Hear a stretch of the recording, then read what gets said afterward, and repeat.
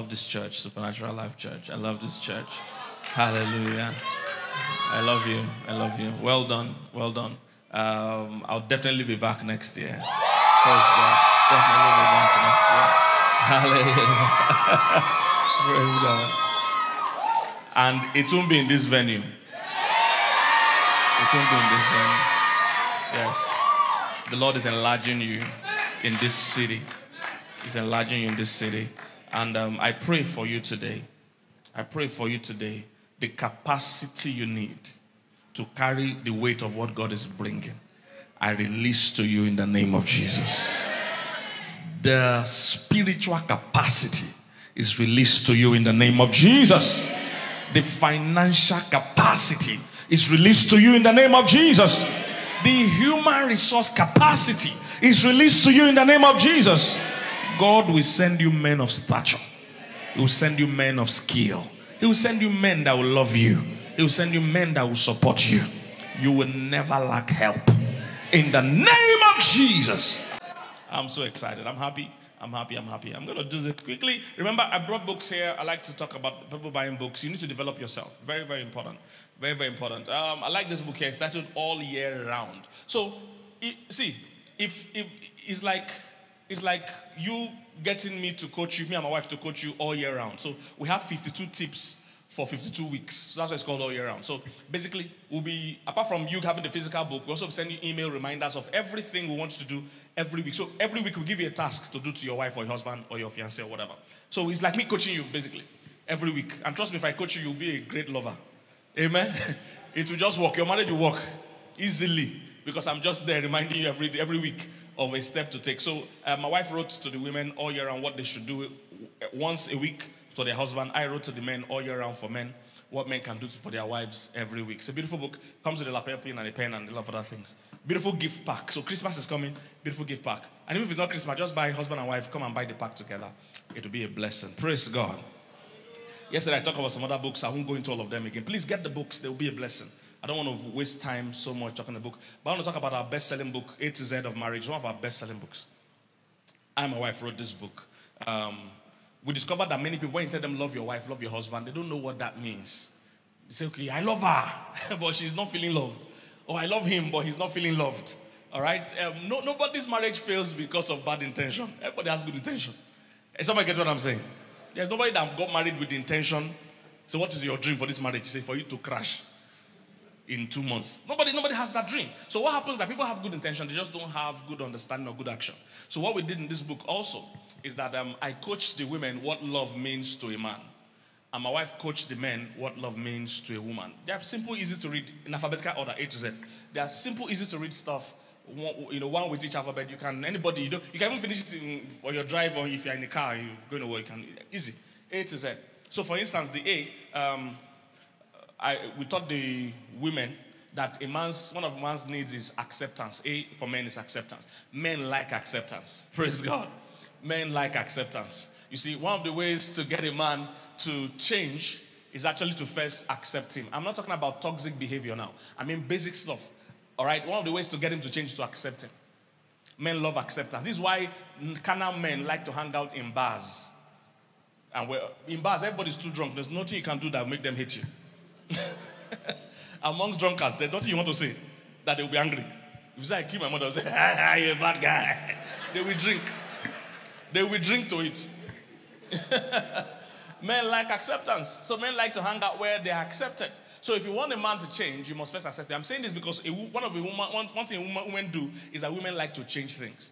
From the time a woman sees a man that she's interested in, she's making up a mental note in her head, all the things about him that she will change. Say, this is kind of dressing. I don't like it. I'm going to change it. His beard, I'll remove it. I'll shape it.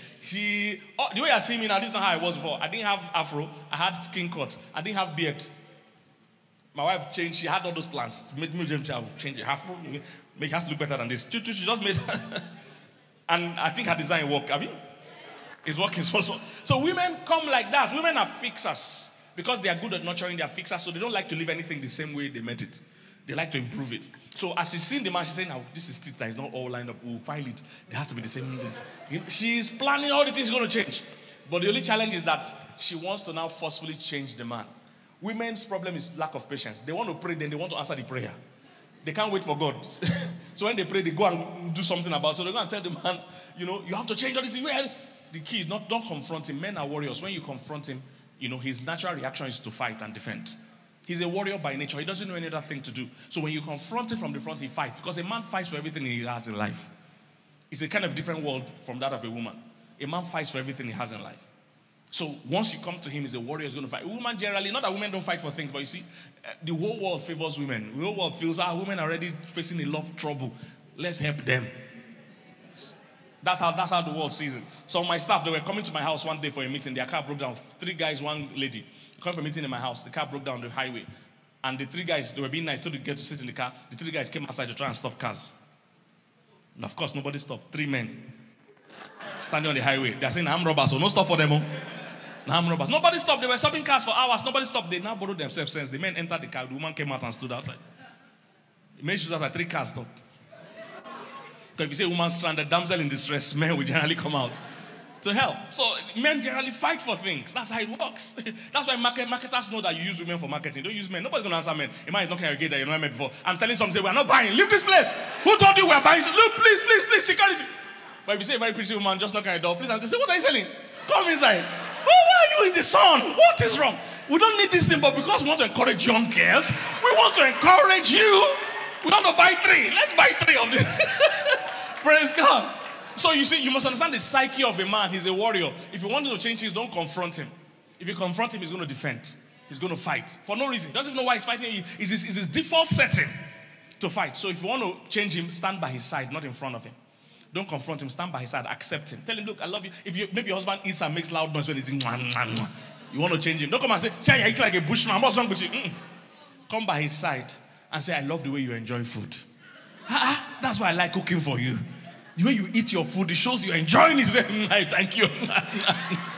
They're not telling, but you can't eat like this outside. Because people just think you're a bushman the way you're making noise. So don't do that. He will receive more.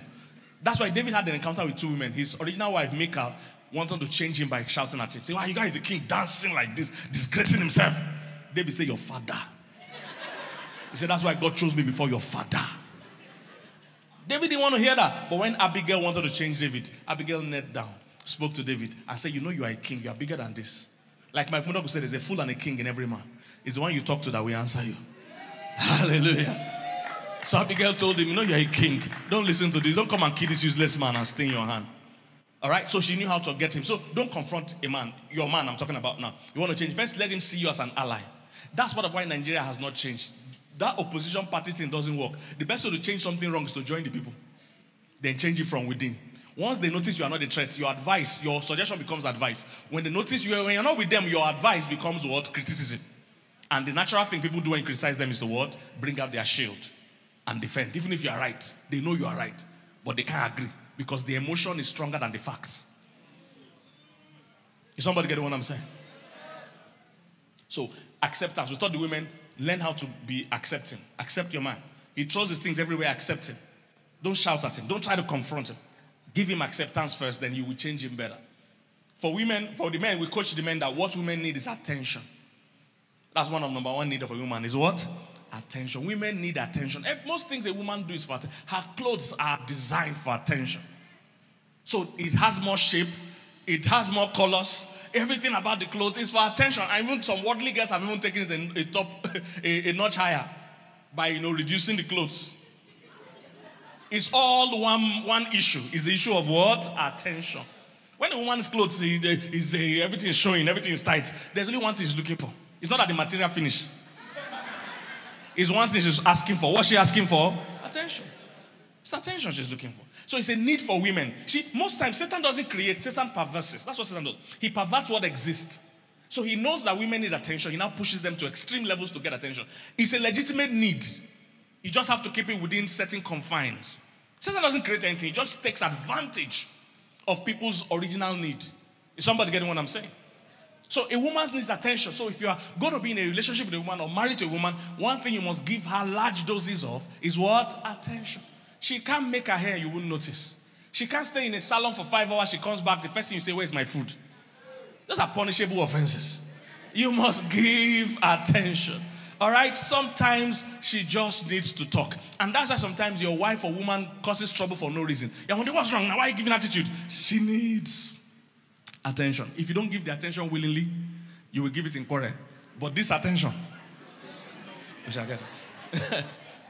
So, give large doses of attention. Just call her for no reason. Just check on her. If you're in the same house, if she's cooking sometime downstairs, just go and hang out with her. Sometimes if she's in the bathroom, just go and hang out with her. Give her attention. So just notice her. Stay with her. Just gist with her for no reason. Because men are very, very practical. So they feel if I don't have anything to say, I don't have to call you. No. In the world of women, you just call for no reason. It's a major calling point. So what are you calling for? For no reason. It's a valid point. Praise God. Is somebody getting this? Attention. I'll do R. R, we taught the women, R for men is respect. So we told the women, men like respect. It always causes argument. People say, who told you? It's African men that like respect. No, Pastor Mildred read the scripture today. It's a scriptural principle, not a cultural principle. Is somebody here? It's not a cultural thing. Because what feminists, and by feminists I mean, I don't mean dictionary definition of feminists. Dictionary definition of feminists, all of us are feminists. We're all God's children, we're feminists. We believe that women should have equal rights in everything. I'm a Bible feminist. All right, but when I mean feminists, I'm talking about those people that have perverted the meaning and the cause. All right, they are just expressing anger based on how somebody else has treated them. So those people, you know, they when you say, oh, men need respect, women need love, they say, who told you? Is it, are you saying that women don't need respect? Are you saying men don't need love? That's not what we're saying. You see, respect is a major need for a man. In fact, when God said that, it's a scriptural principle, like I said, Ephesians 5:33. My wife read the scripture. In the NIV, he made it simple. He said, husbands, love your wife like the way you love yourself. And you wives, see to it that you respect your husband. So there's nothing cultural. It's not Atilogu village manual that I read that from. It's a scriptural principle. And it's the maker that did it. And what he did is very simple. It's very profound. You see, what God did was that he was speaking to the major need of men and also speaking to the major weakness of women. Then on the other hand, he was speaking again to the major need of women and speaking to the major weakness of men. What's the major weakness of men? Loving. That husbands love your wife. It seems simple, but it's a big issue because men naturally don't love. Why? The first time they created Adam, he was alone. He was never used to taking care or looking out for another person. But from the first day Eve came, she came with clear instructions to take care of another. So women naturally care. That's why God will always time and tell a woman, love your husband. The woman does that naturally. Women are natural lovers. They love husband, they love children. The woman was created with the capacity to take care of herself and other people. Women naturally multitask. Men generally don't. A man's major function is vision. Vision, you don't even need distraction. Vision, one mind is what you need. And that's what men have, one track mind. Women, on the other hand, they were created from beginning to multitask. God gave them a womb and a breast. It's for a reason, because they will take care of somebody else other than themselves. And look, God can't equip you physically with a womb and a breast and not equip you emotionally and not equip you mentally to handle the task. God is too powerful for that. So in fact, scientists found out that when a male child is 6 months in the mother's womb, that there's a rush of testosterone that comes into that child and cuts the nerves that connect the two sides of the brain. That's the male. So they say it's tantamount to brain damage. That what happens to that child is almost like brain damage. So a man can't use two sides of his brain at the same time. So this is why when you're talking to a man, if a man is thinking, he's not talking. If he's talking, he's not thinking. If he's going this way, he can't look this way. If he's going this way. A woman doesn't understand that. Because a woman juggles things in two sides of her brain. She naturally multitasks. That's why she can take care of herself, take care of kids, take care of her husband, take care of everything, take care of the house at the same time. And she's wondering why this man, the only thing you're doing here is just eating, shouting. We are a useless man. Because the biggest challenge of somebody that is competent is pride. When you're very competent, you wonder, why is everybody slow? Why are people dull? People can't see these things. No, sweetheart. That's why God told her, respect the man. Because when you marry this man, you'll find that you are way better than him in too many things. He's not like you. He thinks slower. Even though he thinks deeper, but he thinks slower. So he tells you something. Women don't understand when men say want to think. Because women are thinking as they're talking. In fact, talking helps women think. The more they're talking, they're processing. They're thinking. Hallelujah. It's because your processor is fast. Our own is analog. So we're thinking. So I'm thinking about it. Women don't understand it. Give a man 3 kids to take care of them. By the time you come back and say, I can't find 2. It's only 1. How many children did you drop here before you? Because, right, it's only 1 I can find. The other 2, I don't know. He will lose track. But a woman will easily handle 3 kids. Easily. Because she naturally can multitask. She's juggling things between two sides of her brain. So it's like what happened yesterday. They put too much load on the generator or whatever. I don't know. But that's not the kind of thing that happen. When you put too much load on, even a socket, if you plug too many things into a socket, it's going to explode. But you see, that's how a man's brain is. If you plug too many things at the same time, it will lose track. But for women, it's created with capacity, like having two generators. So they are handling the stress way easier. Handling different things. So a woman can be doing homework with the child, talking to her husband, also with somebody on the phone call. My wife annoys me when we're watching a movie. I'm watching a movie with her. She's still playing game and watching the movie. I said, are you watching a movie or you're playing game? Because she has two sides of her brain. One is playing game, one is watching movie. Me, I'm just watching movie. And when I don't hear something, I rewind. I said, I didn't hear it, rewind. She will say, no, that is it. Even with her game, she's telling me what they said in the movie. Because she can multitask. Is somebody getting what I'm saying? So God in that Ephesians 5 spoke to our needs and weaknesses. He spoke to a woman, say your biggest challenge will not be love. You will love your husband. So God didn't waste time telling a woman, love your husband. He said, look, your biggest challenge will be respecting your husband. Because when you find out he's not like you, he's not as versatile, not as fast, he's not as emotional, not as caring. Because you are going to make a lot of sacrifice for him, he might not reciprocate at the same pace. So you will feel resentment. And when women feel resentment, they will disrespect you. In fact, they don't even see it as disrespect. They're just saying their mind. But it's disrespect in the world of men. Is somebody getting what I'm saying? So that Ephesians 5, God was not just giving general advice. You will never see anywhere in scripture where God speaks to men and women the same in marriage. Never. He always gives them different instructions because they are two different beings. So he will speak to the woman and say, look, your challenge will not be love, so I won't waste time with telling you to love your husband. What I will waste time with or take time to do is tell you to respect your husband, because that won't come to you naturally. But when you meet him, you'll find out he's not at your pace. You need to consciously, with effort, respect him. You, the husband, loving your wife won't come to you naturally. You are not used to making sacrifices. If you check everywhere in scripture where God spoke to men about love, he always had to involve self. So you will hear, love your wife the way you love yourself. You can't tell him another way. If you tell him just love your wife generally, he doesn't know what that means. But if you tell him, God knows he's quite selfish. He came alone. He was alone in the garden, taking care of himself. It's like when somebody's an only child. Sometimes they struggle with accommodating other people. Because they are used to being the only center of attraction. See, your siblings are one of the best ways for spiritual growth. Your siblings will annoy you. They will teach you that life is not all about you. Your siblings will teach you. Those days I was last born. Okay, not those days, I'm still last born. I'm last born. We have 5 boys in my house. You know, I'm the last born. You know, my eldest brother is a major general. He preached in our church this morning.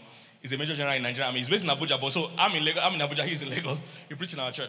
So my mom said, "You guys go and fetch water." Those days we have to go to well, a few distance, fetch water and bucket. Me, I'll do last born. I'll cry. All this. My mother will say, "Leave him." My brother will say, "For what?"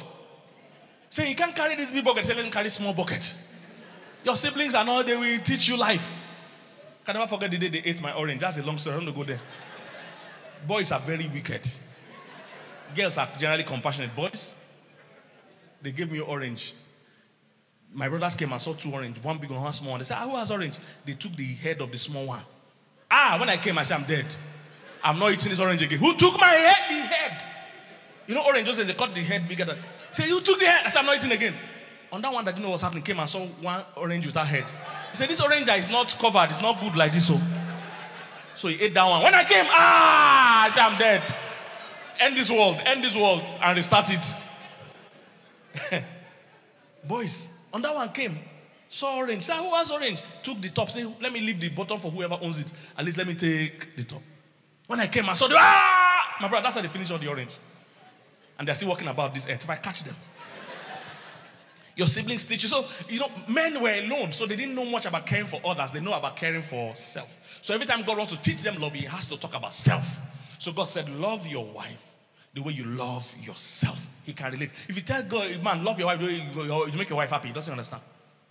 See what God says, he that finds a wife finds a good thing, and he obtains favor. If you don't tell a man how it will benefit him,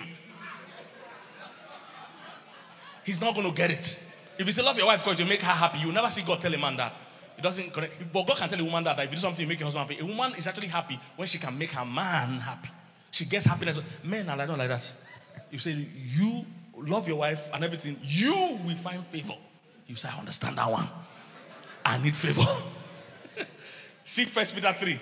The Bible said, husbands, deal with your wife according to knowledge. It says, so that your own prayers.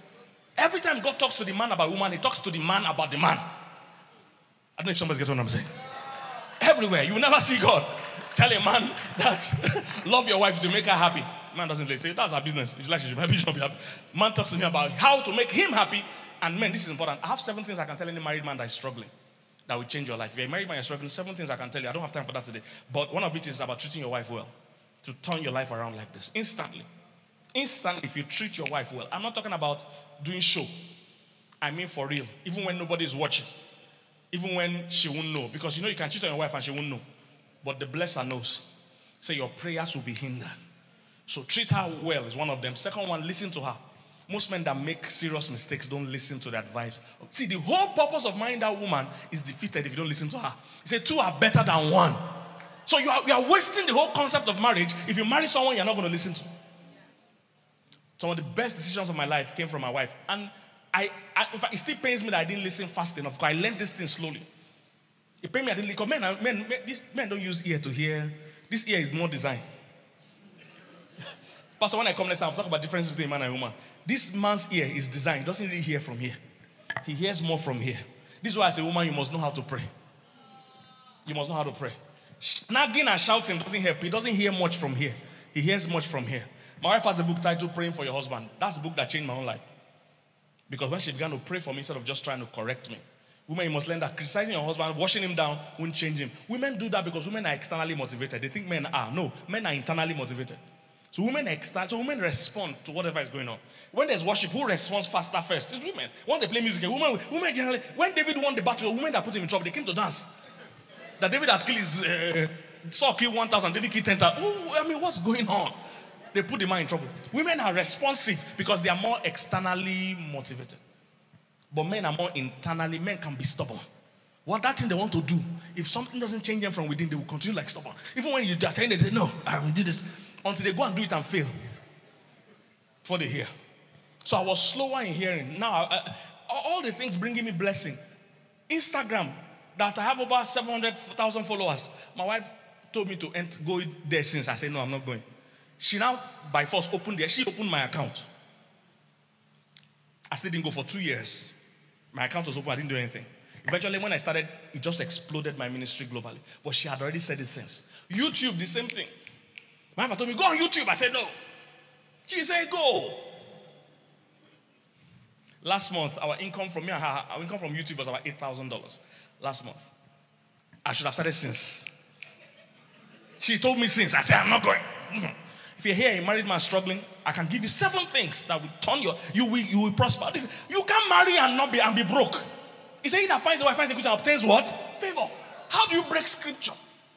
You can't marry and go down. If you marry, one of the things that must happen is that you must go up. So you are the one not maximizing what's happened. A woman is a favor pipe. A woman brings favor into your life. Especially if it's a good woman. The Bible says a virtuous woman is a crown to her husband's head. Who wears crown? That's it. So when you marry a right woman, she like enthrones you. She's the kingmaker. Ladies, you are the kingmaker. This is why you can't be begging a man to marry you. You are the prize. You are the one that should be begging. You can't be begging somebody to love you. You need to know your own value and carry yourself with value. Are you here, somebody? You can't be begging somebody and they are mistreating you, maltreating you, and you are still waiting.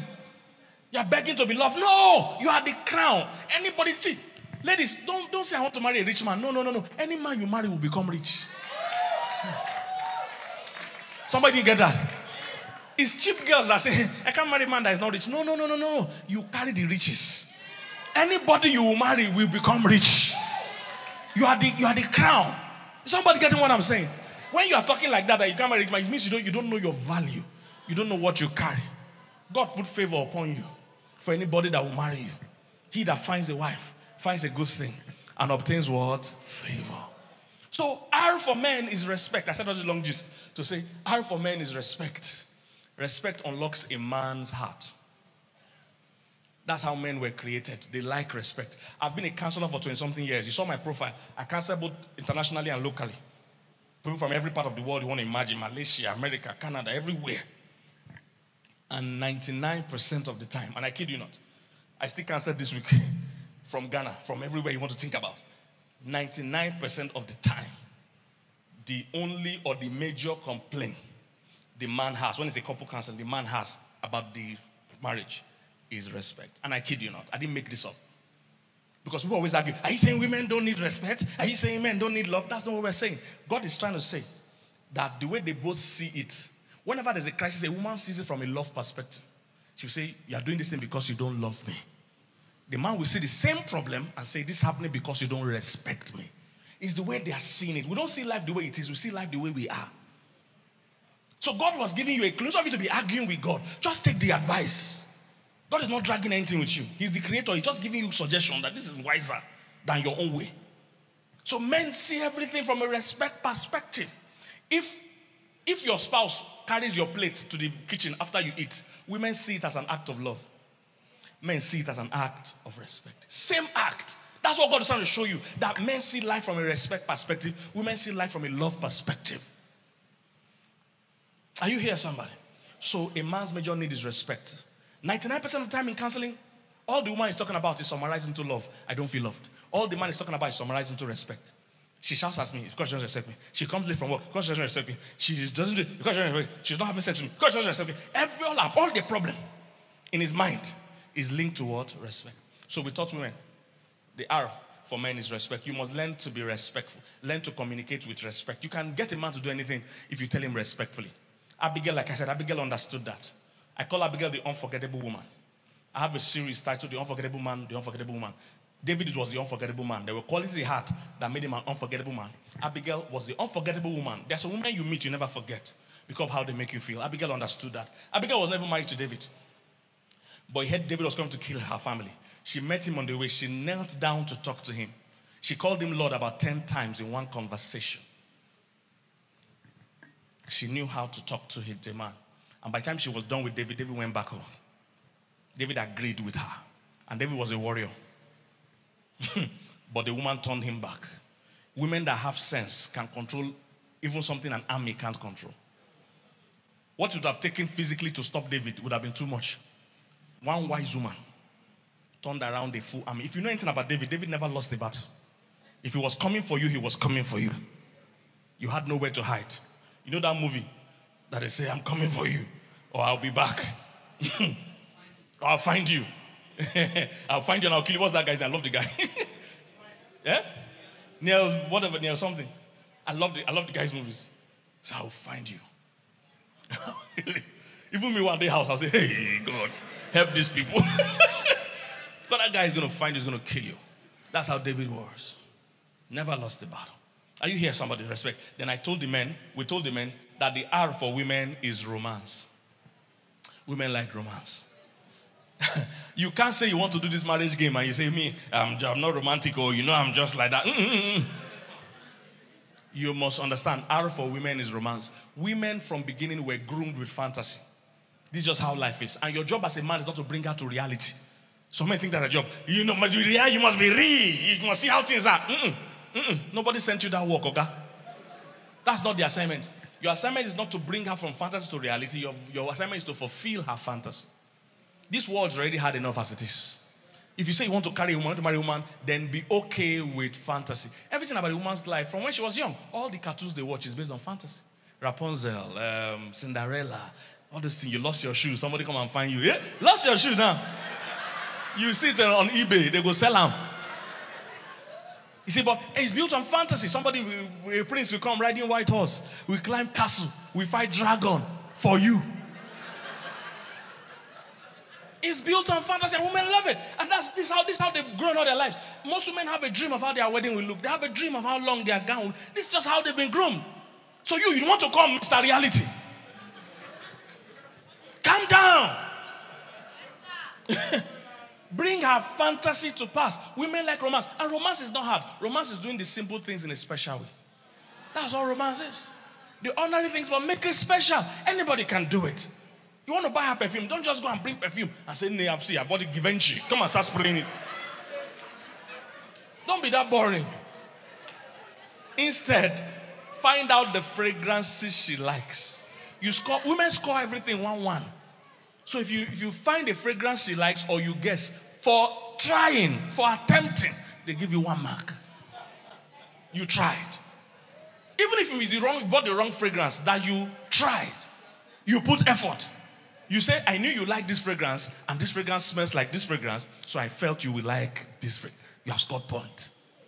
Women are not like that wicked professor that only marks only the result. They mark, show your work. They mark it, they give you point. Buy the perfume. Don't just bring it like that and come and drop it. Bam, I bought it. No, don't do that. Instead, buy the perfume, wrap it. They score you point. Then you wrap it, then you go and hide it somewhere. Don't just bring it to her and give her. Go and hide it somewhere she will find it. If she has a car, hide in her car. If she's the kind of person that likes to cook, hide in the kitchen. Hide somewhere in the bed. Somewhere. Hide it. And one day she'll be doing something and she'll just see something wrapped. And there'll be a sticky note on it that said, I know you will find it the way I found you. Simple. Simple. It's ordinary perfume. Are you here, somebody? It's ordinary perfume, but the way you delivered it, they will just score you 100 points. Say, pum, pum, pum, pum, pum, pum, pum, pum, pum, before they spray the perfume. But most men say, let's be realistic. Let's go and price it together. Which of them can we afford? Hallelujah. Delivery. Hallelujah. Make it special. There was one time, the first phone I ever bought for my wife, it was not a new phone. It was not a fairly used phone. It was an unfairly used phone. It was not brand new at all. Unfairly used phone. Not those phone that you buy phone separate, buy charger separate. And buy manual separate. Unfairly used phone. But I didn't go there and say, hey, manage. You see, you know the way things are. Just manage me. Some men try to, no. You remember your job is not to bring her to reality. You already sees reality. Your job is to fulfill her fantasy. Don't ever go to a woman and say, manage me, or you know I don't have. No. She already knows you don't have. She can say you are broke. Don't go and emphasize what is obvious. You are weakening her faith. Women like to believe. They want something to believe in. Go there and say, hey, manage me, or you know I cannot afford the iPhone 13. No. She didn't beg me for the phone, but her phone was bad. And I wanted to replace the phone. And I couldn't afford the new phone. I couldn't afford a fairly used phone. It was an unfairly used phone. That some of the buttons are not even showing again. You just guess that this is 2. That was the phone I could buy. Phone separate, charger separate. But I didn't come and say, see, I know you deserve more than this. But no! If your present is not good, talk about your future. Whenever you're talking to a woman, if your present is not good, brag about your future. Nobody can compete or contend with your future. They can only challenge your present. If I say I'm going to own 10 skyscrapers in Abuja in a few years, how can you challenge it? It's not next year, I said. It's not a few years, I said. Are you in a few years already to know whether it will come to pass? What's your problem? Are you a hater? Is somebody getting what I'm saying? Talk about your future. I always tell my wife that I'll fly you around the world business class. That time, even me, I've not traveled. But today, now, all that has happened. Hallelujah. It has happened. Don't go there and say, manage me. No. Women like you to make them believe something. Talk about greatness. So I went there.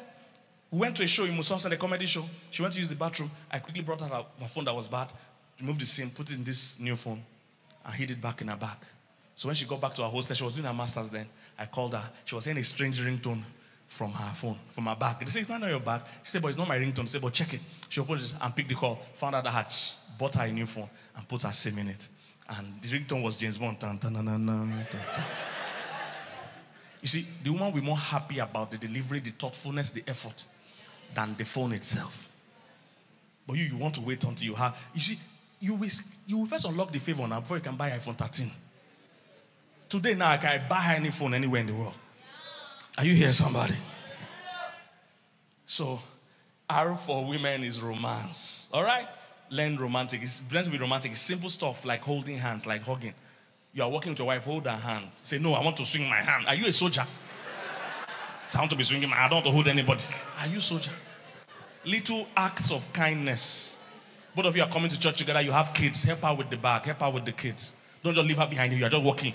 Many people coming to church. The man is in front. The woman is struggling to carry back, carry children at the back. The man is just walking like a soldier. That's wrong. Women like when you show them care. All right? Acts of kindness. Simple things. There are most things that you need to be romantic, it doesn't even cost money. It doesn't cost money. It's just thoughtfulness. Are you here, somebody? Doing the simple things in what? Special.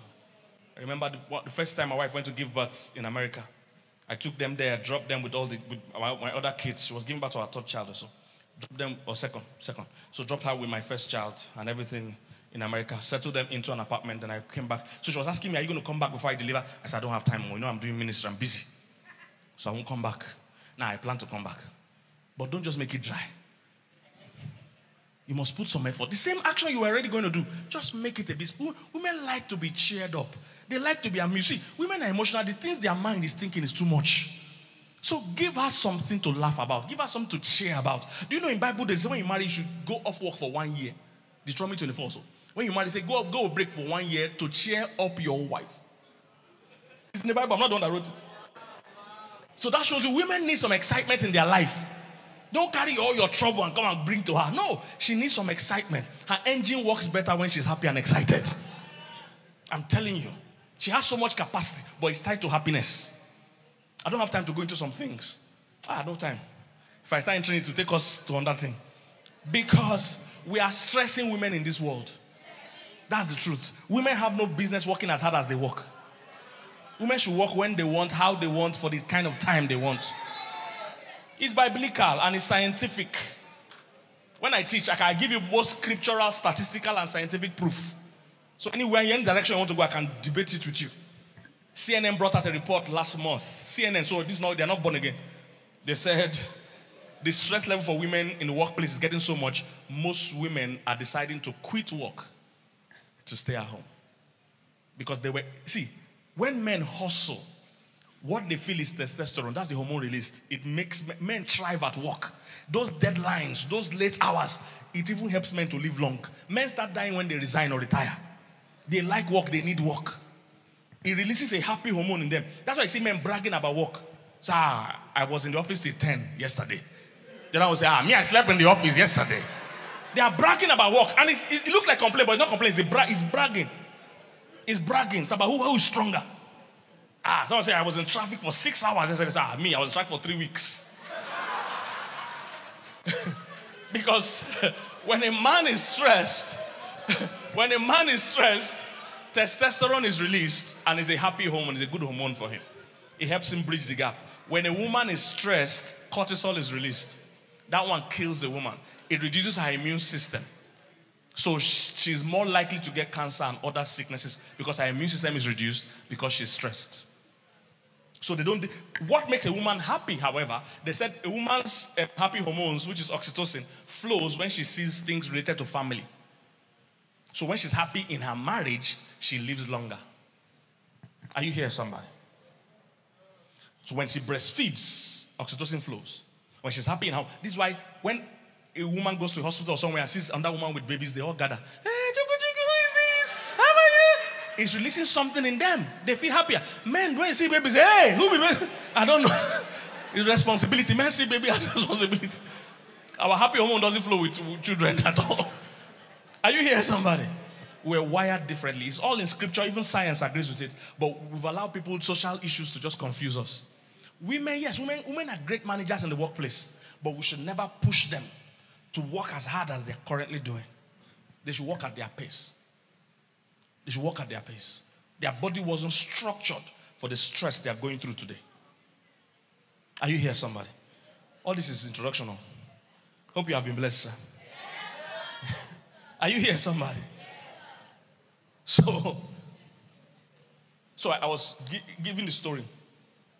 Because I was talking about, women are family-oriented, men are work-oriented. It's how God made it. Like I said, when I come next time, I'll major on the difference between men and women. It will help you. The first thing God gave a man was work. That's the first thing God ever gave a man. When he landed on earth, is work. That's why till tomorrow, a man's first love is his work. Men love work. Men get their esteem from work. A woman, on the other hand, the first thing God ever gave her was a husband.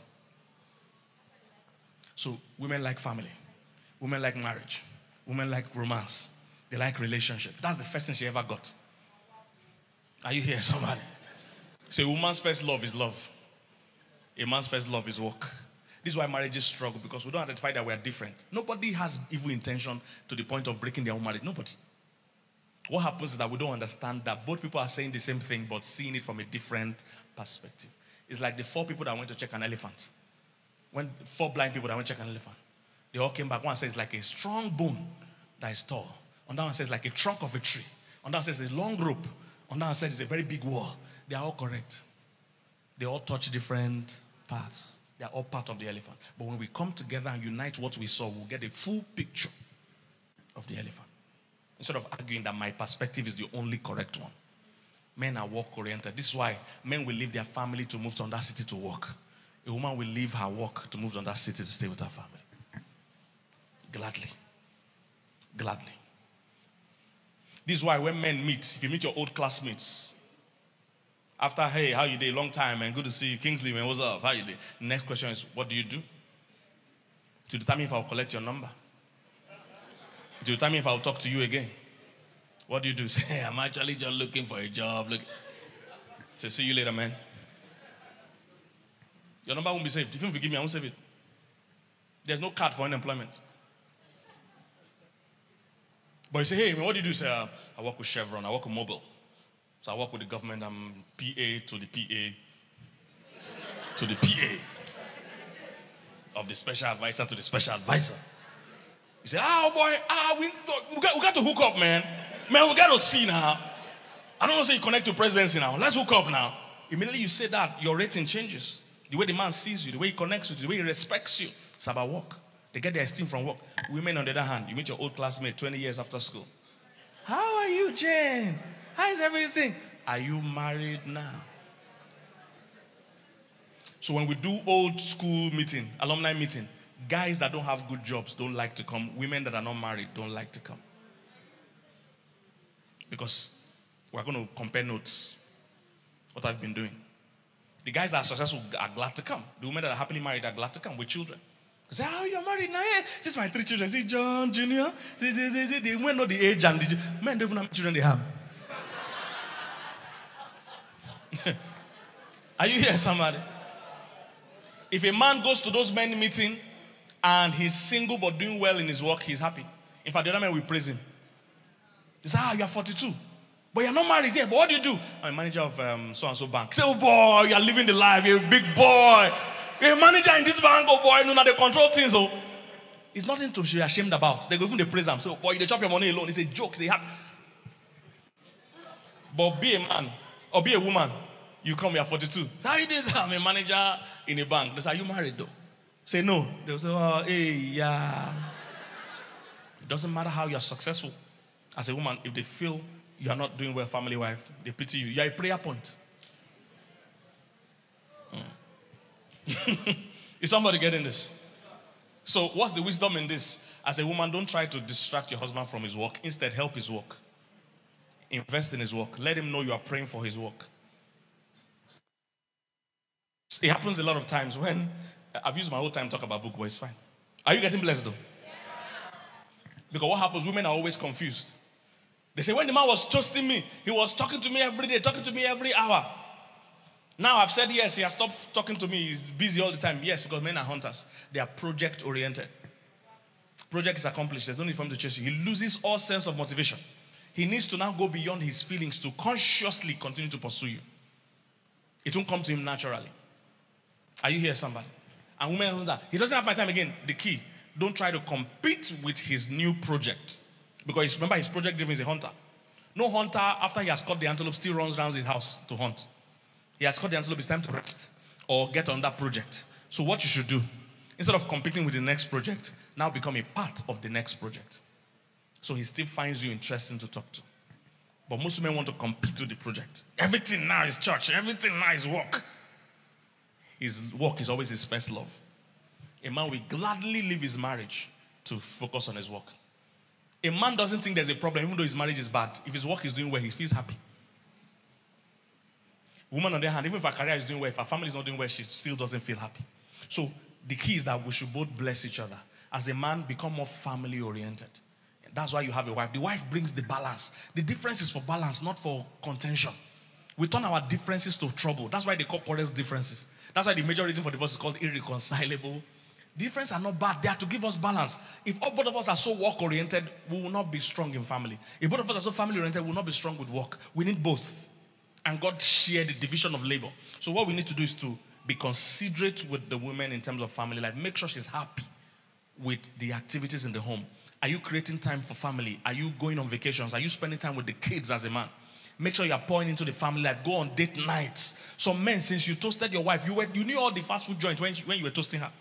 Remember, she has agreed now. You've not taken her anywhere. It's just children and family. You are saving money now. Take her out for no reason. Go on date night. Don't wait for anniversary. Just go on date night for no reason. And the rules of date night, dress up. Don't wear slippers and short knicker. Dress up. Make it look special. It mustn't be tuxedo, but at least dress well. All right? Find the kind of place she will like. Women like it when you already have it. Not that, where do you want to go? Where do you want to go? Where do you want to go?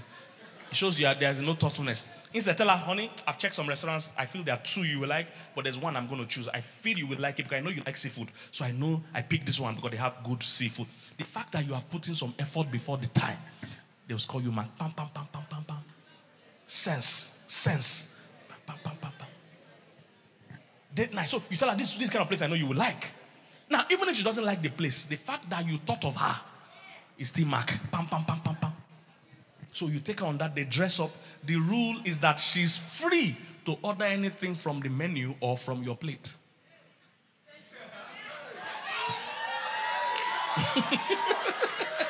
Yes. She's free to eat anything on the menu plus anything on your plate.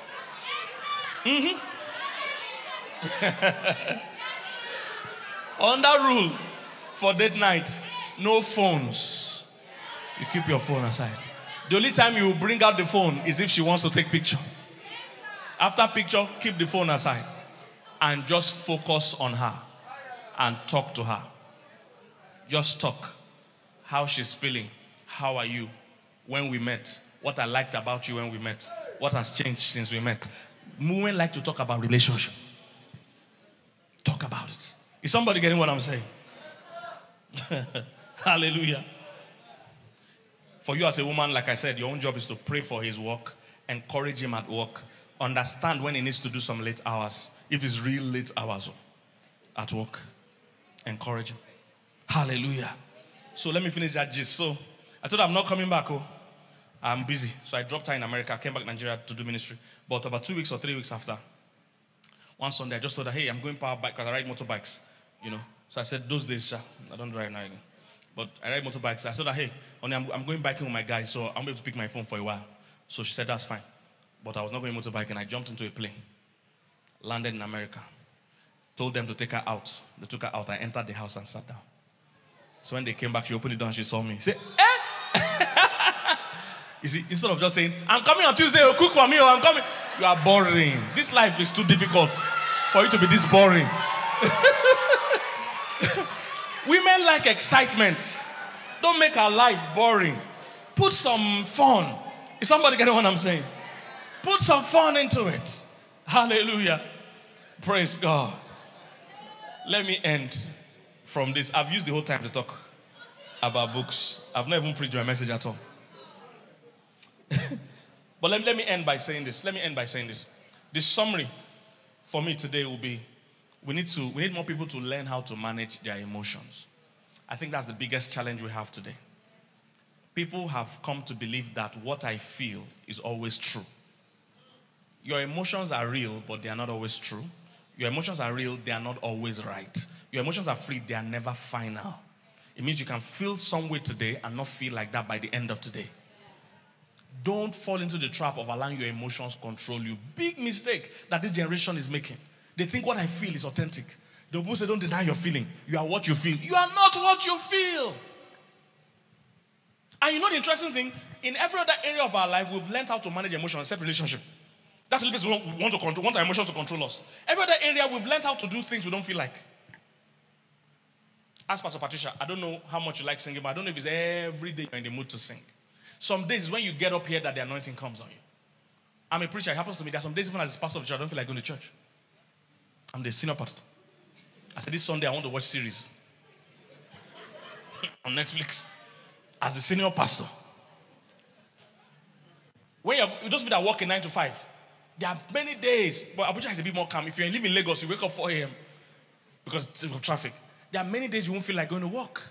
And you wake up, maybe you've had a busy weekend or something, or it's raining heavily in the morning. You just want to cuddle and do duvet and sleep with hot chocolate.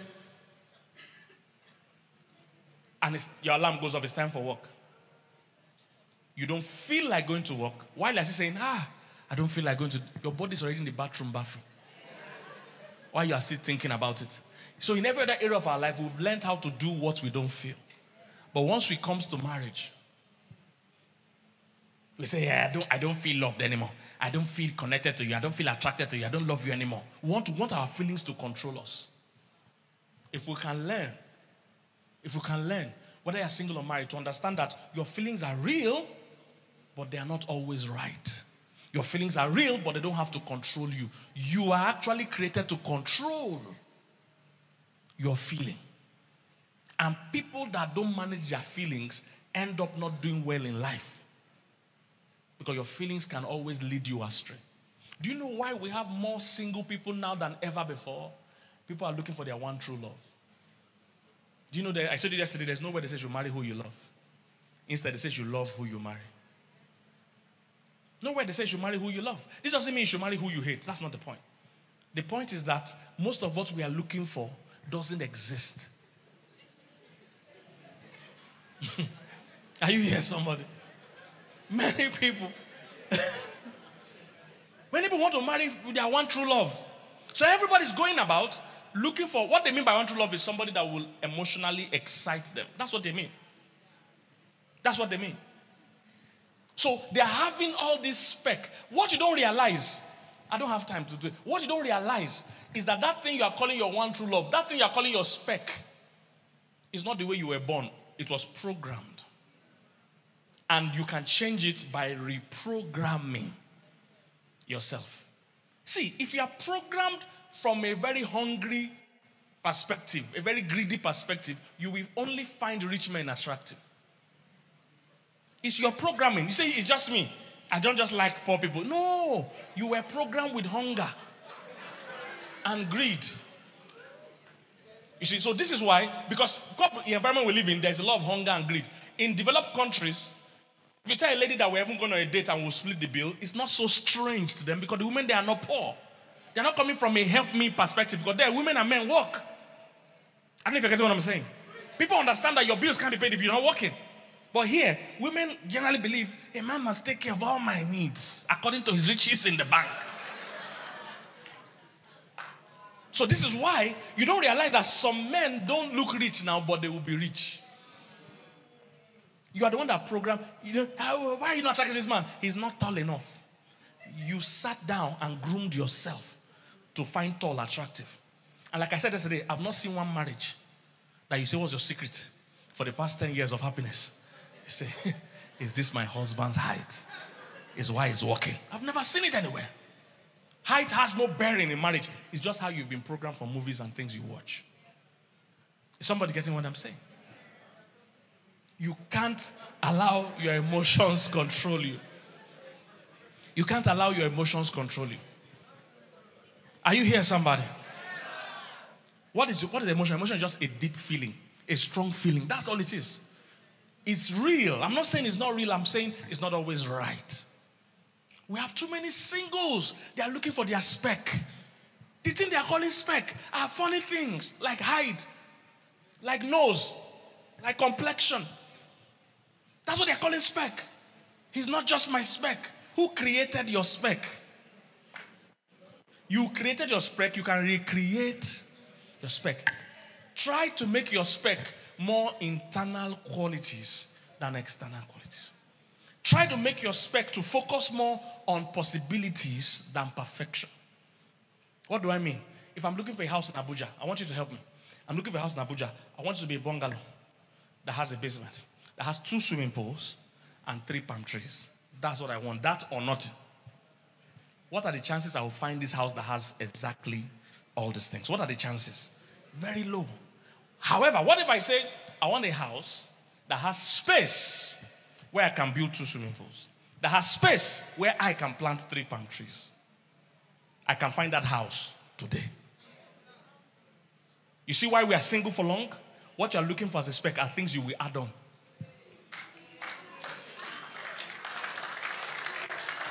But you want it complete. So many men with the potential are coming, you're not recognizing it. Many women with the potential are coming, you're not recognizing. You want the one that is complete. This is why many girls are dating married men. Somebody has done the add-ons. Somebody has done the add-ons. You say you want a rich man. You are the favor carrier. Marry him, he'll be rich. I was very broke when I got married. I asked my wife, very broke. Very broke. My church wasn't paying me a salary when I married my wife. So I didn't have any natural source of income. Today, money is not an issue that I think about. Are you here, somebody? But she brought the favor into my life. She didn't marry me that time. I won't be here. This is why many girls, their spec is married men. Psychology is not going anywhere. Psychosis is still going to thrive because as long as these young girls, all they want is these finished products, it's only married men that are like that. No single man is like that. Single man is still trying to arrange his own life. That's why he needs a helper. You are looking for somebody they've already helped. Catch your sub. Is somebody getting what I'm saying? So we are going about, all of us are looking for a spec. You see young men in the church. There are other young women in the church. You have a job, everything. Why are you not married? You're looking. Now, this doesn't mean you must marry anybody you see. There is spec, but the spec has to be internal, real qualities. Not height, not hairstyle. See, you must differentiate what you want from what you need. What you want is different from what you need. When you are young, you can like a man for his hairstyle. When you are grown, you will like a man for his lifestyle. When you are young, you like a man that spends money. When you are old, you like a man that saves money. Because now we have children, we have responsibilities. So you need to understand, most things people are built, say, I cannot marry a man that is not a graduate. That's not what you want. What you want is a man that is intellectually compatible. Because some graduates, you can't stand them. And some people that dropped out of school are geniuses. The people controlling the economy of the world, most of them are school dropouts. So you need to be clear what. So there's what we call clarity sessions. Many people don't know what they're even looking for. You want a house that has 2 swimming pools already. What are they? How many houses do you know that has 2 swimming pools and has exactly 3 palm trees? It's not a bad desire. You must just realize that what you need is a house with the possibility or the potential to have that. Then you will start adding it on. You will create. God never gives you finished product. That's not how it works. He gives you the potential. You perfect it to your own taste. It's in Ephesians 5. He said he will present to him a church. He presents to himself a church. So you're not going to present your bride to yourself after you have worked on her. She won't come like that. Is somebody getting what I'm saying? So let's cool down with all this spec. I asked my wife, my mother. I asked her some weeks ago, how did you meet my dad? She said it's very simple. That she was in Anglican Church Youth Fellowship. They had an elder, a married man that was, coordinating them. That one day the elder came to her house with my dad. My dad was working in Lagos. They were in Enugu or Onitsha or something. The elder in the church brought my dad to my mom's house then. She was single. They were both seeing each other for the first time. He said, this man wants to marry you. I believe what has happened that because the man is the elder of the church, my dad had contacted the man and said, hey, you are the one coordinating youth, so I need a good Christian woman to marry. And the man said, okay. She looked around and saw that this girl was well behaved. So brought him. He was seeing her for the first time. She was seeing him for the first time. I said, this man wants to marry you. I asked my mom, so what did you see? The mom said, he looked at him, said he liked him. She agreed that day.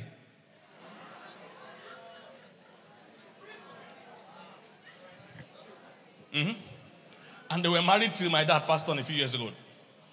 They didn't divorce.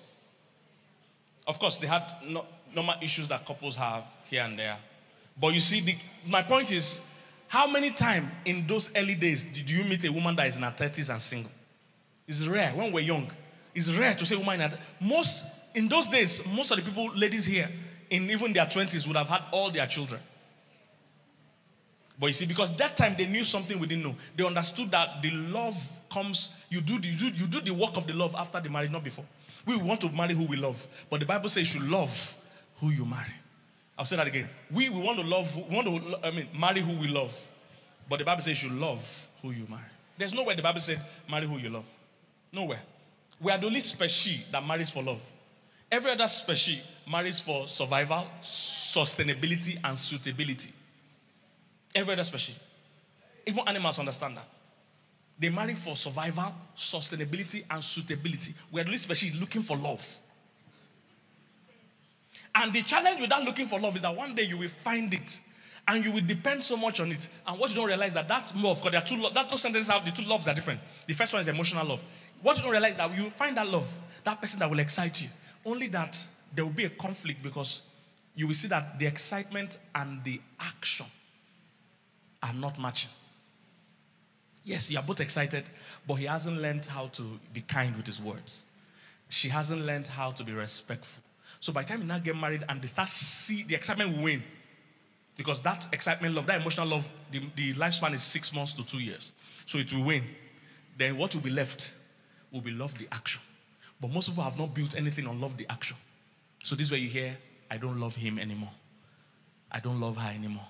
Or he doesn't love me anymore. Because then we want to convert emotional love to intentional love. What you should have built on from beginning should have been intentional love. Learning how to treat each other right. Learning if this person is God-fearing like you. Are you here, somebody? Can they manage their emotions? Because your spouse will annoy you. Can you control yourself? The Bible says, be angry and sin not. Can you control yourself? Is somebody getting what I'm saying? How do you manage your emotions? I don't have time. Can I do 10 minutes? Let me just tell you how to manage your emotions, because I think it's important. How do you manage your emotions? Like I said, I'm not saying you should just marry anybody you see on the road. However, what I'm saying is that let the qualities be real stuff, like their character, their passion for God, their willingness. Divorce, the only authorized reason for divorce is when it contravenes the law of life, because the law of life comes before the law of marriage. Do you understand this? All right? The law of life is, in fact, is the first law, because the first thing God actually did to Adam was to breathe into him and make him a living being. If somebody is not alive, he can't marry. I don't know if you get what I'm saying. So the only law that supersedes the laws of scripture and marriage and all that is the law of life. Are you getting what I'm saying? That's why thou shalt not kill is only on the condition you are not trying to kill me. If you are trying to kill me, thou shalt kill. I get what I'm saying? Thou shalt not kill is in the Bible, but it's assumed. If somebody's in the army, his whole work is thou shalt kill. Because if he doesn't kill, they will kill us. I don't know if you get what I'm saying. So if you're a Christian in the army, you will kill. That's the only way all of us can live, to even practice the other scripture. So the law of life is always superior. That's why the only reason God himself ever gave,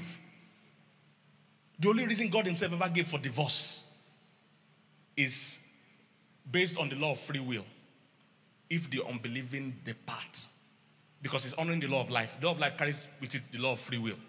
That if he doesn't want to do again and is going, you are free. That's the only scriptural thing that God himself. Any other thing you are hearing, God didn't mention it. Even the one people say is adultery should break a marriage, it's not in the, God didn't say is the reason. Jesus was interpreting the Old Testament. So he wasn't saying this is the reason you should divorce. In the eyes of God, marriage is a covenant, there is no reason. Except of course the law of life. If your life is under threat, you can first save your life. But outside of that, in the eyes of God, when I come again, I'll teach on covenant. Marriage is a covenant. It doesn't break in the eyes of God. I'm not saying people don't divorce. People divorce, but God is saying, look, in his own eyes, there's no justifiable reason. It's such a serious thing. That's why seminars like this are good. People need to know what they're getting into. Such a serious, you can't just jump, I'm tired. I'm done. I'm not in the mood.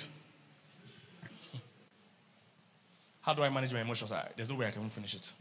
Let me run through them. Number one, knowledge, which is what we're doing now. I'm buying books. Knowledge helps you. Number two, your thoughts, what you focus on. You're the one programming your spec. If you sit down all day lusting after a 6-pack, when a man that has 1-pack comes, you will not like him. And you will think it's just me. No, it's just not you. Program that. Your emotions don't control you. You control it. If you sit down all day lusting after a yellow girl, and this is what TV has done to us. Yes. This is why people are saying she's not my spec. This is what TV has done to us. Do you notice all the cartoons from when we were young? The main actors or actresses or whatever, the girls are slim. Then we go to teenager. All the teenage movies, the main girls are slim. Then we watch beauty pageant. The winner is slim. Then we watch advert, modeling clothes and all that. The adverts are slim. Even car advert, the woman in it, they are slim. Then we watch movies. All the main actors are slim. Then you wake up and say, I like slim girls. You think you're the one that came up with the idea. No, you don't like slim girls. There's no difference between slim girls and girls that are not slim. It's just your thinking. Nothing is wrong or right. It's how you are programmed. I shared the story the first time I went to London.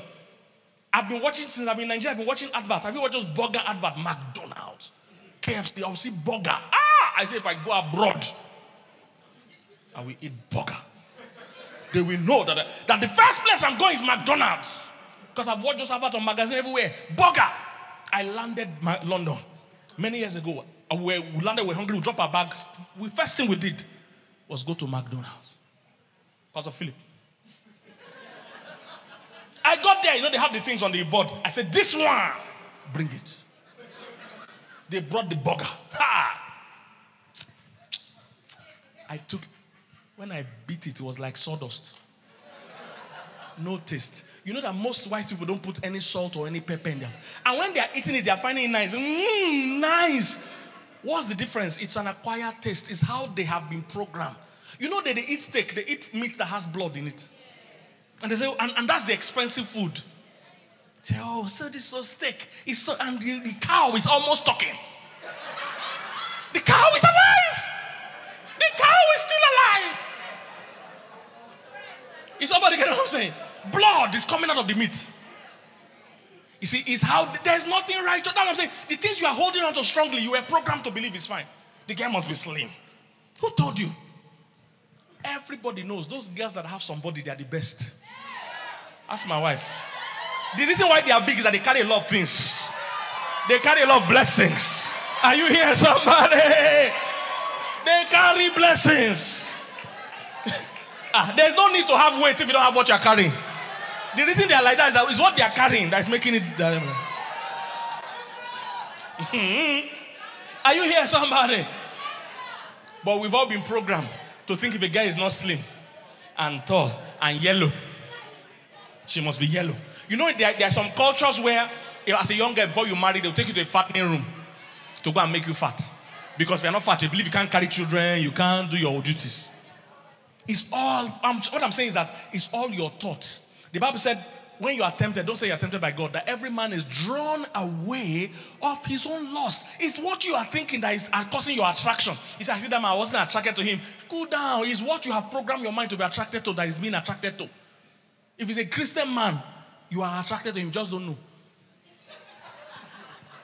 This is why people are attracted to other people's husband. They're looking for spec. That's why usually in a church, most women, their spec will be their pastor. Say, I want him to. Now, pastor, where they sing, one follow. Now, pastor, where they sing, one follow. So you see his haircut. Choo, choo, choo. You say, this is what I want. May I inform you, there's only one Pastor Philip in this world. And he's already taken. He's already taken. So, what you do, anyone they give you, take him, then by yourself, find hairstyle that will fit him. This is what happens. Your spec is being programmed. Some women is their dad. That was their spec. Because they grew up loving their dad. So they want to compare every man with their dad. Some men is their mom too. They want to compare every woman with, say, my mom cooks for me. My mom does everything for me. Oh, guy, you are now somebody's father. You are still, even every small decision you want to make, you still going to ask mommy. So I have to ask my mama. He said, therefore shall a man leave his father and his mother to cleave. Number what am I in? So I've mentioned knowledge, which is what we are doing now. I've mentioned thoughts. Number 3, wise counsel. Wise counsel. You know, most time when you're about to do something stupid, you ask your friends, who are your friends? You can't successfully fail without useless friends. Because, yes, you can't successfully fail without useless friends. So who are the people that speak into your ear when you're about to do something? When you can feel some way. Maybe you call somebody, the person will talk you out of it. It's when you just feel something, I'm going to kill you. Just because somebody just say, why? Don't worry yourself. Don't worry, this is why. A person just talk to you, and before you know it, your body will just cool down. And same thing sometimes, when you are not about to take action, somebody can call you and be like, you've now gone? You are seeing the house? Let's be going. The person will just ginger you. So wise counsel helps you manage your emotions. Because sometimes you need external influences to help you do what's right. That's why we need church. Because we inspire each other. Number what? Number 4, growing spiritually, spiritual influence. How many of you felt different when Pastor Patricia came up to lead worship? It changed your mood. It changed your feelings. Your feelings are not permanent. How exposing yourself to God, to church, to the word, to praise, to worship affects your mood. Your feeling of feeling down is real, but it's not final. So don't start treating yourself as nothing because you feel like nothing. No. Go to church so that they will tell you are worth something. You do like Pastor Philip's analogy. How that if something you buy, it means that thing is of that value. In fact, I even think it's even more value. Because the reason I'm leaving my 500K is because that phone is of more value than me. If not, if it's the same value, I'll hold my 500K. It's even more value. So I love the analogy. So even if you came here thinking you're nothing, after that kind of serious revelation, you know you're worth dying for. That boy might have cheated you, but he doesn't have the final say. It's not him that defines your worth. You are worth dying for. The boy is promising to die for you. Jesus has already died for you. Say, somebody's son, go find me. Somebody's son don't already find you. Are you here, somebody? He didn't just find you, he died for you. Number what? Number 5, act right. Act right. Act right. Do what is right. Are you here, somebody? Pastor Patricia, I love the worship. Love the worship. It just changed the atmosphere. Changed the atmosphere. I was not feeling great today. I was not feeling like I knew what to even preach. But as the atmosphere changed, even Pastor Philip, when he got up, you see that he too couldn't continue. That's what I'm saying. When you grow spiritually, but you walk in the spirit and you not fulfill the lust of the flesh. So they are both contending. The flesh wants to feel down, depressed, feel like nothing, feel like I can't do it. But when you expose it to the spirit will override. So Pastor Philip got up, you have to first worship many times. That's the point. So exposing yourself, spiritual growth is important. Next one, I said, act right, do what is right. See, sometimes you don't feel like, but do what is right anyway. I gave the analogy of work. You don't feel like going to work, but you go all the same. And you see the interesting thing. Once you jump from that bed and start having your bath, the feeling of I don't want to go to work will do what? Your feeling is not permanent. Stop acting like your feeling is final. It's not final. It's subject to change. Yes, you don't feel like continuing the marriage, but you can. Yes, you don't feel like you love your wife or husband, but you will. You just have to not obey the feelings. It's easier to act your way into feeling than to feel your way into acting. It's easier to act your way into feeling. So that means if you do what is right, eventually you feel right. There are times you don't feel like going to the gym, for instance. But once you go, you find that you start enjoying it. Your feelings change. And right action changes your feeling. Number what? 6, practice the pause. When you're about to do something stupid or feel like doing something, just pausing for a few minutes will help you recalibrate and make a better judgment. Have you ever noticed that whenever you reply a message too quickly, you write rubbish? But if you sit down and leave it for a few minutes, when your emotions are calm, you will think better and give a better reply. Many quarrels that happen because you reply too quickly. Your fiancé, your husband, or whatever sent you a message, you didn't even read it well. You have already interpreted what you felt he was saying, even though that's not what he's saying. Practice the pause. Number what is next one? 7, take responsibility. Every time you act out of order, please take responsibility. Women are guilty of this one. Women use their emotions to enter trouble, then they now start playing the victim. Why did you go to his house? He said I should come. What did you think he was saying you should come and do at 10 p.m.? I don't know. I just thought he wanted to have a brotherly chat. Take responsibility for every time you do. If you shout at someone you weren't supposed to shout at, call them to apologize. If you reacted badly on a date or something, call them to take responsibility. That will help you change. What people do is that they cover it. They look for excuse. The reason I did that is because of what you did. No, whatever somebody did to you is not a reason for you to act wrongly. That's why the Bible says they slap you on the right cheek, turn the next. They're not saying be a fool. They're saying, look, take responsibility for your own decisions. Don't ever put it on somehow they treated you. Say, the reason I'm shouting at my husband is because of the way he shouts at me. You can actually turn the tide. The Bible says soft answer, turn it around. You can actually turn it around. So take responsibility for your own actions. Last one. There are more, but I'll close with this one. Last one is perspective. Perspective. Under acting right, for those that are married, your marriage must move from emotional love to intentional love. What does that mean? You can't always wait till you feel like to tell your wife, I love you. You can't always wait to feel like to respect your husband. Start doing what's right. It's the best way to even change your marriage. And the last one is perspective. Perspective can change everything. The moment your perspective changes, all these things I'm mentioning about managing your emotions, they are in the story of the prodigal son. He had all of them. His perspective changed. The moment his perspective went from, I have to suffer, to how many hired servants do my father have? and I'm here struggling, that even if I can't go back as a son, let me even go on. The moment your perspective changes, everything will change. For me, the moment I learned that men and women are different, I began to understand my wife more. Women are emotional. It means in every situation, they will first see it emotionally before logically. Men are logical. In every situation, they will first see it logically before emotionally. The moment I understood that,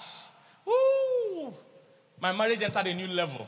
Men and women are different. You just have to know how to appeal to a woman's emotion. As a woman, learn how to appeal to a man's logic. Abigail understood that. When David was coming to kill Abigail's family, Abigail did not say, don't kill my husband. I will be a widow and my children will be orphan. Men are not emotional. That's an emotional idea. What Abigail said is that if you come here, you are going to be king one day. You are going to stain your hand.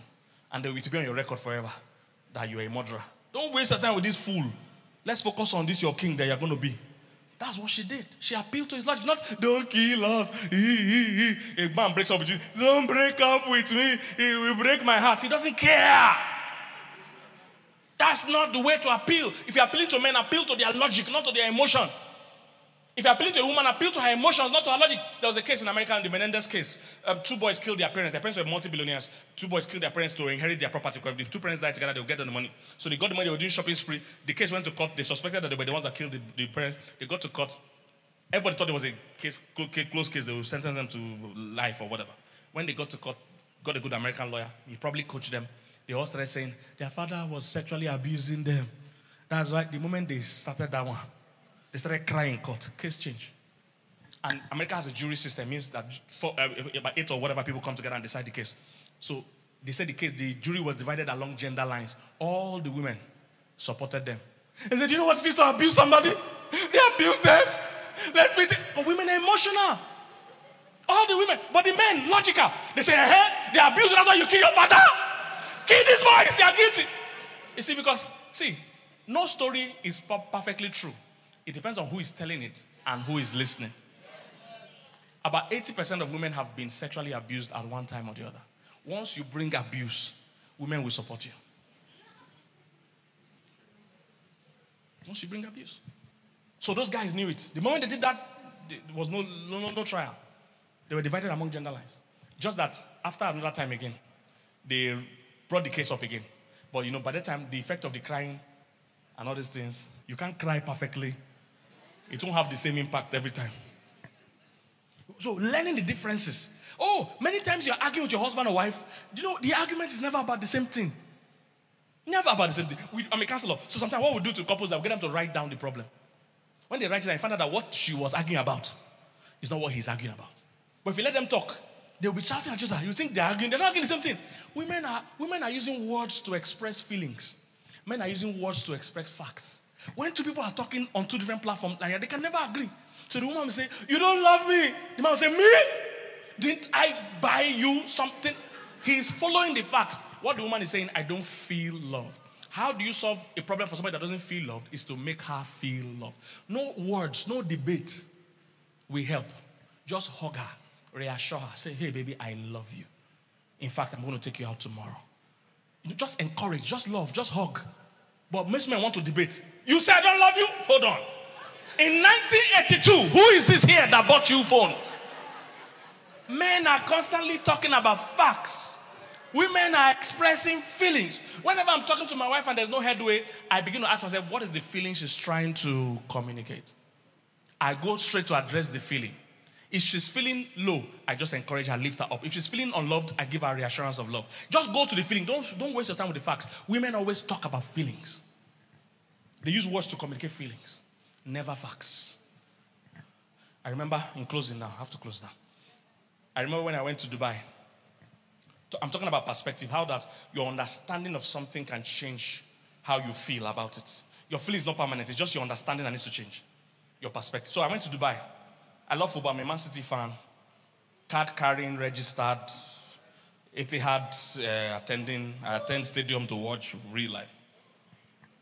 So I went to Dubai. It was Champions League time. I went to watch a match. Dubai is 3 hours ahead of Nigeria. So the match ended 10 p.m. Nigerian time. So it ended like 1 a.m. or there about Dubai time. So it was middle of night. So I entered my cab back from viewing center to my hotel. And I sat in front. I like sitting in front. I sat in front. And the taxi driver was chewing gum. Very irritating. irritating, annoying. I felt he would stop. He didn't stop. Throughout the joint. I said, what kind of thing is this? After a while, I couldn't take it anymore. I unleashed on him. That was wrong with you. How can you be chewing gum this loudly? Making so much noise in front of a client? My motivational speaker and me came out. It's not good ethics. It's not good customer service. I began to go on and on.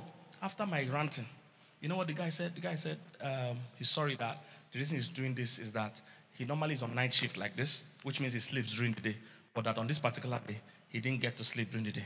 So that he's driving me now, he's feeling sleepy. That's why he's chewing that gum. I said, be chewing now. Louder! I want to hear you chew. Chew for me, boy. Because that chewing is saving our life. I'm not planning to die today. You see, the moment I understood where he was coming from, I was no longer upset. You see the thing about perspective, how it controls your feelings. Before that time, I was irritated. If you had asked me, I would say, I can't take it. There are many things you can take. If you understand that the husband you are dealing with, hallelujah, that the husband you are dealing with, he's going through some struggles that doesn't have to do with you. Men get their esteem from work. If a man's work is not going well, he becomes touchy. He starts arguing. He starts saying, is it because I'm not doing well now financially? Is it because you're bringing more money than me? He's touchy because he doesn't feel he's where he needs to be. I get what I'm saying. So he's quarreling more. He's shouting, he's looking for respect more. Because he feels the main thing that normally supplies his esteem is affected. So he needs larger doses of esteem, larger doses of respect. You understand, some of that man you're dealing with, what he saw his father do is the only experience he has of marriage. His father was a domineering figure. His father dominated his mother. He feels that's how marriage should be. When you understand what people like, you understand that this girl, she had daddy issues. Her dad abandoned her, so she's very needy. She needs a man that will love her both as a husband and as a father. So there are times you will forgive her some of her bad deeds. You will treat her like your daughter. Not in a condescending way, but in an understanding way. You know, if you understand people's struggle, you understand why they are acting the way they are. Nobody is coming to chase you personally to hurt you. They are treating life from their own perspective, their own personal struggle. So perspective changes everything. Have you been blessed this morning?